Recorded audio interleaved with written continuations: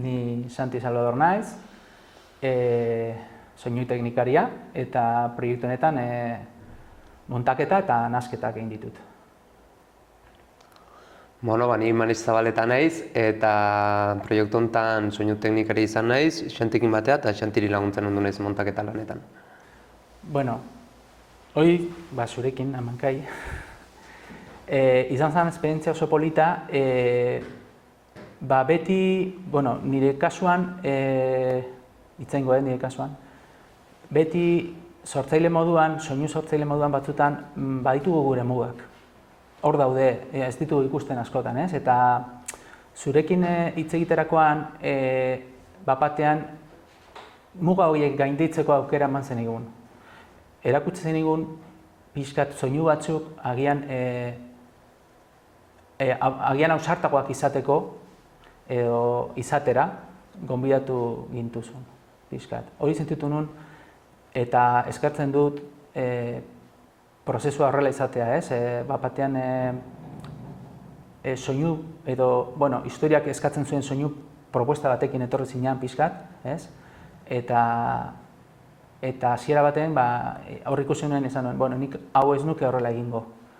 Inoiz ez dut egin, inoiz ez dudalako egin, ez? Eta ez da ez dudala egingo, baizik eta, batean ikusi nuen muga hori, ez? Eta zen nuen, ostras, planteatzen diguna harago joatea da, ez? Pixkat harago. Eta ikasketa bat izan zen, ikasketa politu bat.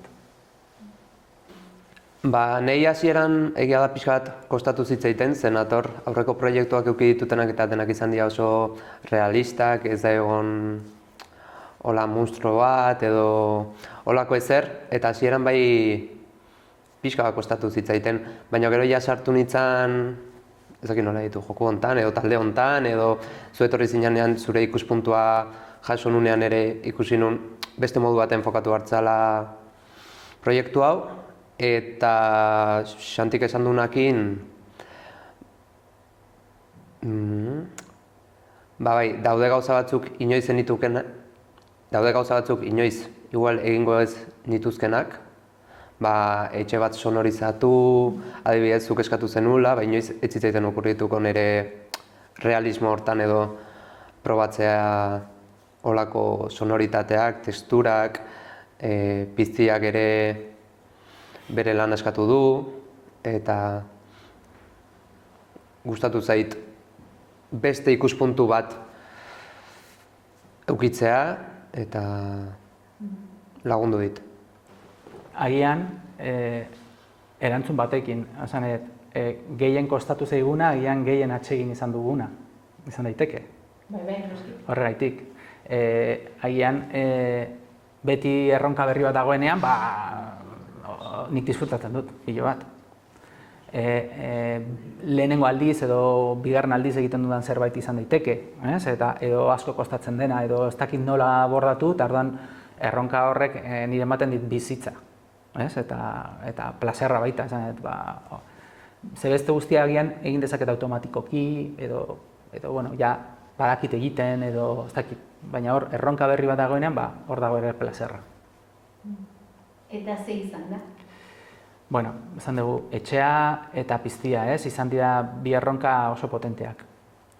Etxea, nire ustez, normalean etxea ez dugu binkulatzen halako soinu misteriotsuei, edo normalean izaten da etxea arruntago bat, eta eskatzen zenuten, entzun behar da, etxea entzun behar da, zaratak izan behar ditu, eta, hasieran, ostras, hor ja, atera nintzen nire mugetatik, hori izan zen nire mugetatik ateratzeko adibide bat, ez? Eta gero piztiarena, piztia asko daude, ikusitugu piztia asko pelikula askotan, eta, lortu behar genuen pizti berri bat guretzako, eta askotan ez genuen oraindik ikusten. Eta hasi behar ginen lanean, piztian, eta ez genuen ikusten. Baina, elkarlanean frogatu genituen teknika batzuk eta oso gustura gelditu ginen. Eta zuretzat, Manez? Nik uste pixka bat errepikatzea da, baina fantasia mundu hori eskatu duen lan hoi izan da nik uste parterik zaiena netzako, baino ere disfrutatuet nola sortu dan piztia, etxeko sonoritate hori esan dugu, baino nola bilatu den pixka batenen artean, edo zure ideiak nola hasieran enitun ikusten, edo enitun visualizatzen idea horiek, baina gero ikusten dut hain, edo entzuten dut nola gehatu dan, eta iruditzen zait, harritu nau, ze ondo da hon, eta nola sortu dan soinu hori.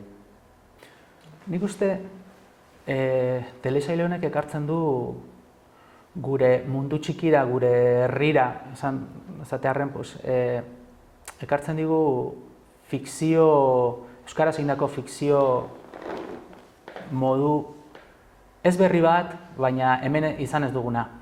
Nik uste hor bai dagoela aldea, batean orain euskaraz ikusteko telesail bat, eta non efektuekin agertzen den halako pizti bat, eta orduan kontatzeko era irekitzen da baita ere gure munduan, ez? Gure mundu txiki honetan, ez? Bai, kanpoan errez ikus dezakegun gauza bat da, baina euskarazko fikzioan batean telesail bat ikustea eta halako piztiak eta efektuak agertzea ez da ohizkoa. Ez da ohizkoa, eta hor dago, badago tarte bat, txoko bat jarraitzeko, ez dakit. Garrantzitsua dena, nik uste.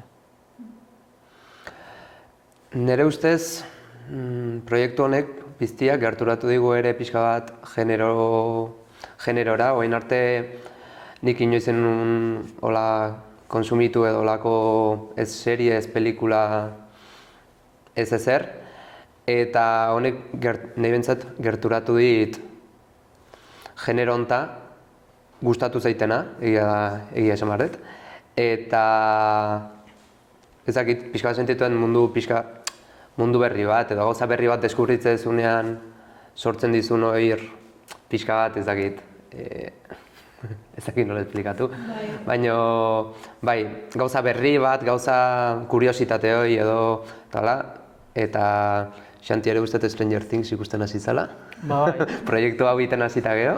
Pixkat, bai. Gogoan neukan, baina, esan den, badaukat aitzaki polit bat orain, ikusteko. Eta hor, analizatzen zuen, eta etortzen zitzaiten, eta beha, hemen itaute hau, eta bai, hola da. Bai, batzutan dokumentatu egin berria, eta ni ere ez naiz oizkoa genero honetan, baina kontuatu nahi baita ere, telesail honek daukana da, piztiak eta normalean beldurraz sortarazteko egiten direla eta alako gauzak. Nik uste ez dela beldurra sortarazteko telesail bat. Eta orduan hor ere dago ezberdintasun polit bat. Generoa ez beti eramatera beldurrera, iluntasunera, ez dakizet baizik eta ikus dezazuten eta erabaki, baina nik uste berezia dela hortan ere.